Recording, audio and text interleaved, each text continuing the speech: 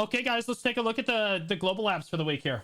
All right, global labs for February 29th. It is a leap year, boys. So, like, once in 4 years are you going to see this, right? Okay. Guild League improvements, new furniture and item changes, monster changes, Void Maretta improvements, quest improvements, mount improvements, UI improvements, bug fixes, classes, warrior bug fixes. Okay, let's take a look. Guild League improvements. After the loading by the way, the load screen optimization was really good, guys. Did you see how long my load screens were? Actually, just crazy. After the load screen update, we are carefully checking the use of content that takes place in the same location, such as Guild League and Red Battlefield. The strong protection effect, which is applied to safety to prepare for battle after resurrection, was set into consideration of loading times in various PC environments. The duration of the strong protection effect has been adjusted to ensure that this effect can be used as intended, even after optimizing the loading time. When resurrecting after death in Guild League, the duration of the strong protection effect has been changed from 10 to 5 seconds. That's probably a W change. The description of the reward box obtained from the results in Guild League has been modified to be more natural. Okay. All right, here's some furniture item changes. Oh, wow. Look at that, guys. That's a cool Zarka statue. New furniture items, Zarka statue and Karanda statue has been added. You can craft the Zarka's Bloodstone or Karanda's Talon, which are very rarely obtained by killing Kazarka and Karanda. If you install it in your house and interact with the furniture, its durability decreases and you gain a buff from the effect. Okay. Well, that's really cool. Look, they're like animated, guys. That's neat. So it gets 10 durability, you get 15 AP, 100 HP for 2 hours. Wow. You get both effects. So you get 100 HP and 15 AP. That's really good. That's super sick. You need 3 of the Bloodstones, 50 rubies, 100 Firehorn, concentrated boss art times 1, trace of violence times 500. This is a W change. I like this. Karanda's statue is going to give you 15 AP and 100 stamina for 2 hours. The HP is better. Unless you're playing a crazy stamina intensive class, I still think the HP is better in every case. Zarka statue is crazy good. Karanda statue looks cool though.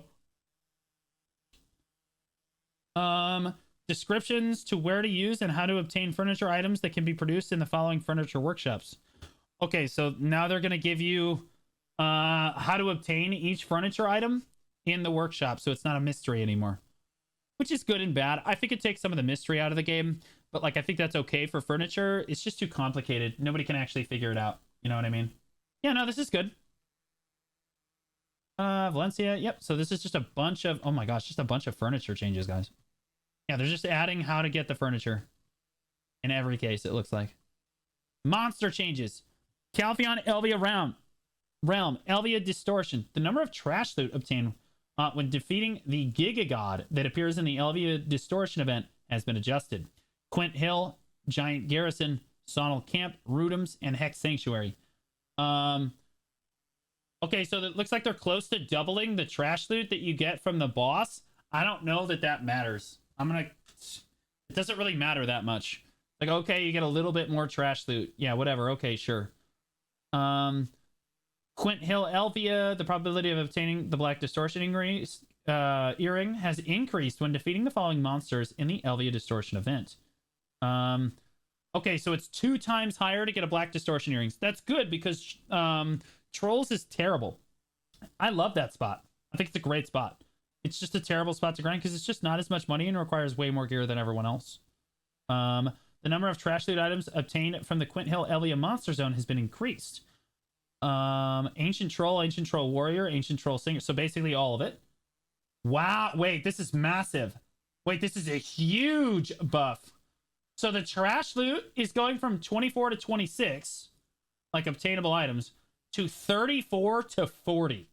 That is really big. That's a massive amount of trash loot, guys.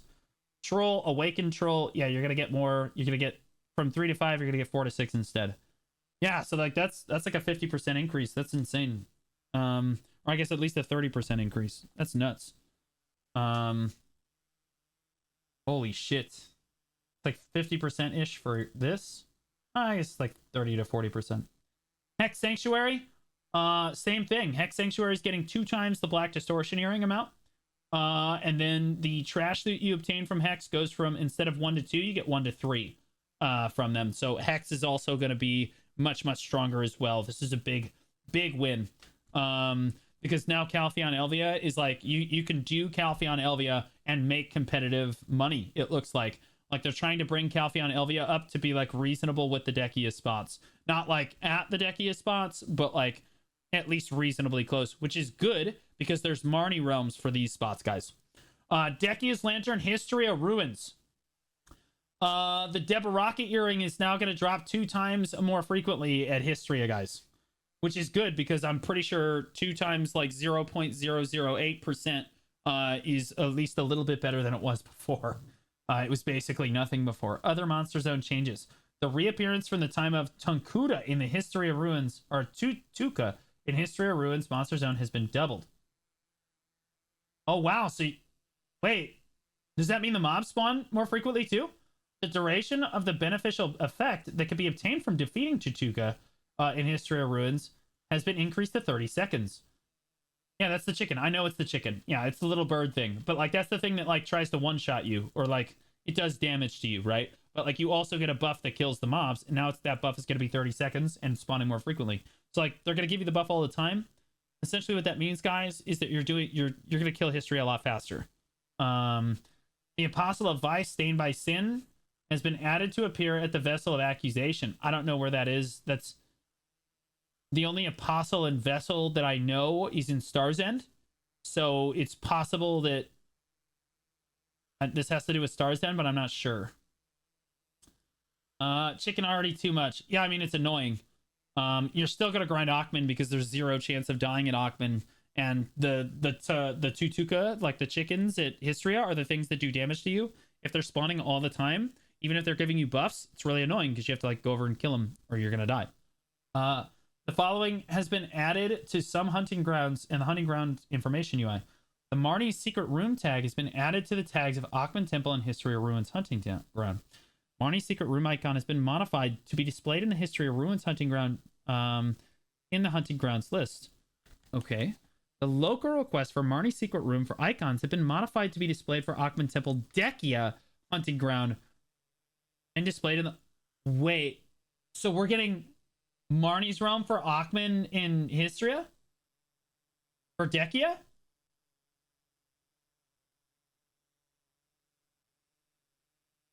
The location requested Marnie's secret realm icons have been modified to be displayed on the Akhman Temple Dekia's lantern hunting ground, displayed in the hunting grounds list. I think that means that we're getting Marnie's Dekia Akhman. But then it says the information... on the Akhman Temple Deki's Lanterns in History of Ruin hunting grounds has been changed so that the incomplete firestones are not displayed. Oh, that's the light stones, the imperfect light stones, guys. That's the offensive light stones.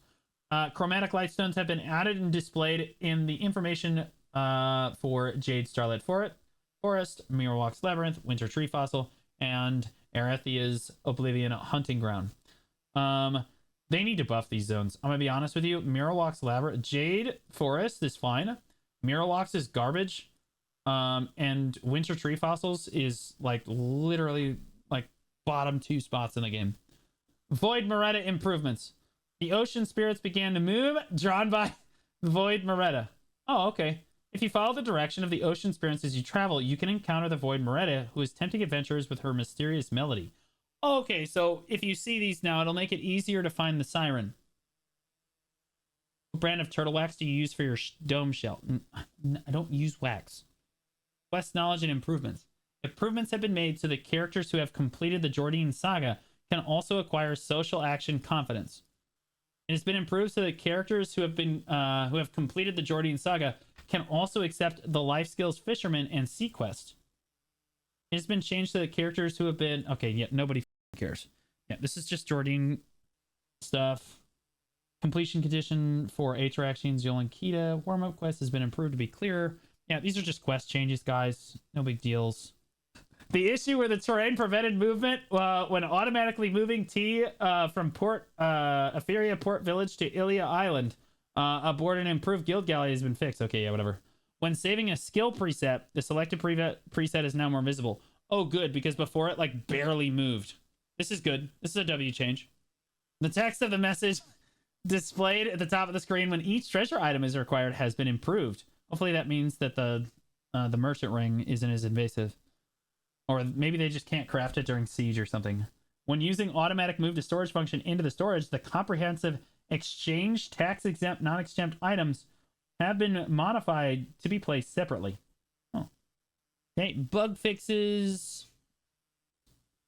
After the War of the Roses began, when a guild member of the Guild Leaders Guild participated in War of the Roses through the Participate button, an issue where the color of the adventurer's family information for that adventure was displayed differently than the actual color has been fixed. Okay. Alright, the rest of these are whatever. Class changes. Warrior. The following changes have been made to the warrior class. When activating the counter absolute skill with an upward slash, the first hit has been modified to cause an air attack if the first hit applies after an air attack. Big warrior buffs, boys. That's not a big warrior buff, but like this looks like buffs. This looks like buffs again. The attack range applied when using counter 3 absolute skill when learning the force slash skill has been unified to the widest range. Accordingly, the counter 3 absolute skill has been modified so that the force slash skill is used and the launch effect is applied when it's activated. Fix the issue, or the fixed value has been removed from the damage on piercing spear absolute skill, and the number of hits and damage have been adjusted. Okay. The issue where stiffness was applied twice in a certain attack range of the spear absolute skill has been fixed. I knew I was getting stiffened twice. I knew it. Sometimes the warrior would throw the spear at me, and I swear to, you guys know how it stiffens you when the warrior throws the spear at you? I swear to God, you'd stand there for like a full second. It's ridiculous. It's like the most annoying thing in the entire world. Holy moly. When the prime takedown skill is successful, the effect of reducing... This is the grab. I'm pretty sure this is the succession grab. The effect of reducing all hit rates by 10% for 10 seconds has been changed to reducing melee defense by 10 for 10 seconds. That's a massive buff to Succession Warrior. That's huge. So before, guys, the grab was basically ripping 10% of... Like, if they grab you, you lose 10% of your accuracy for 10 seconds. It doesn't really matter very much because you're probably going to die while you're on the ground. Now, when they grab you, which, by the way, their grab has resistance penetration, so you have 0 resistances against a warrior grab. So if the warrior can't actually grab you, it's because he doesn't have thumbs and he's a really bad player. If a warrior cannot grab you, it's because he's tremendously a bad player.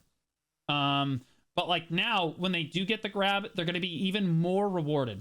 Because now, instead of your accuracy going down, which is irrelevant, your defense, your melee defense is going to go down by 10 for 10 seconds. So they do way more damage to you. That's a big deal. That's a big deal. After the Prime Pulverize skill, it has been improved to smoothly link with Prime Heavy Strike, Prime Spinning Slash, and Prime Counter skills. Okay, yeah, it doesn't matter because they keep buffing the grab so hard that there is no reason that Succession Warrior should use anything but the grab to engage on you. Not a single other skill in the game matters in the Succession Warrior kit to engage with. The ground slam, nobody cares. You just sit there and you wait and you grab them. And if the grab misses, just stand in your block and wait again. Like, that's all you have to do. Or you can run away because you have crazy infinite movement. No big deal. And then you come back when your grab's ready. You always are encouraged to initiate with grab. There's no reason not to initiate with grab. There's 0 counterplay to the skill unless you're somehow able to iframe it. And then they at that point, they can also just play mind games with you. So they can basically walk at you and not grab, have you blow all your iframes, and then grab you. So, like, it is what it is. I just hate how one-dimensional they're making Warrior. I think this is stupid. I think that Warrior is supposed to be an incredibly dynamic class with a lot of engaged, like, patterns and stuff, kind of like Awakening. And, like, Succession, I'm gonna grab him. That's it. They're not encouraged to do anything but grab you. It's stupid. Stop buffing the grab. It's already really good. Buff the other aspects of Succession Warrior so that they're encouraged to actually learn the rest of their kit. Make the rest of their kit viable so that Succession Warriors can try to engage and have fun with the game outside of having their grab on cooldown. Honest take. The issue where the down smash effect was activated on all hits from the last hit of Prime Pulverize skill has been fixed. Okay. A down smash effect has been added on the last hit of Prime Heavy Strike if skill is successful. Okay. The effect of applying additional damage equal to the percent of your max health applied during spinning slash has been removed. Okay, that's a nerf. So there are some nerfs and buffs in here for Warrior. I really do not like the direction that they're going with this. I like this counter change is totally fine. I think it's like whatever, sure. I do not like the grab change. I think that like the grab is strong enough as it is, and it's already hard enough to deal with from other classes. I think you should make the class more dynamic by take some power away from the grab and add it to the other aspects of the Warrior's kit to make the Warrior feel like they're playing the game when they have their grab on cooldown. Like instead, it just feels like this really one-dimensional class when you're fighting a I mean, think about it, guys. When you're fighting a Succession Warrior, what are you worried about? Right? What one skill are you worried about? If he grabs me, I'm dead. If he doesn't grab me, I'm gonna kill him. Right? That's how it works. That's not how the class is meant to be designed. That's just not how it's supposed to work. Right? Like it's supposed to like feel engaging and fun to fight. Instead, it's just one skill. Everything else is irrelevant. Nothing else matters. You just wait there, and like if you can't break his frontal guard, he's just gonna try to grab you again. You try to dodge the grab again. Okay, you try to get behind him and do some damage from behind him, but he's just gonna stand in frontal guarded super armor and just try to grab you on repeat. It's boring. It's one dimensional. It's not boring. It's not fun for either player. It's stupid. It's dumb. Like they need to buff other aspects of the kit. I'm okay with buffing Warrior. I do not like the fact that they keep trying to double down on making the grab just literally your best engaged no matter what. Like, stupid. Class bug fixes. All clashes. The description of the resistance ignore increase effect has been changed to the same expression as the other. Okay, whatever. Okay, description. Kuno, the issue where the movement distance after Prime Ankle Cutter skill was applied short has been corrected. Oh, good. So we can't... Less movement. Okay, sweet. The issue where the activation speed of Flow Windstorm skill on Berserker was changed during succession status has been fixed. Okay, and that's all the global lab changes. No crazy big changes this week, guys. Some buffs and things here or there. Honestly, the biggest changes are these Calpheon Elvia changes are huge. Calpheon Elvia silver per hour is about to go huge, guys. At least 300 or 400 million an hour, probably. Like in my opinion, like up from what it was before. I think it was like basically a bill before. Now it's gonna be like 1.4. So still worse than Dekia, but brought into line. I like this. These are good changes. Big Calpheon Elvia changes. The rest of it is, you know, kind of mid. They're adding like the furniture buff changes as well.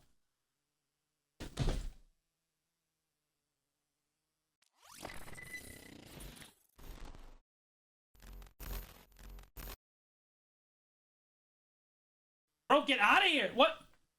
Get out. Nobody wants to see. You're ugly. You're ugly. You are disgusting.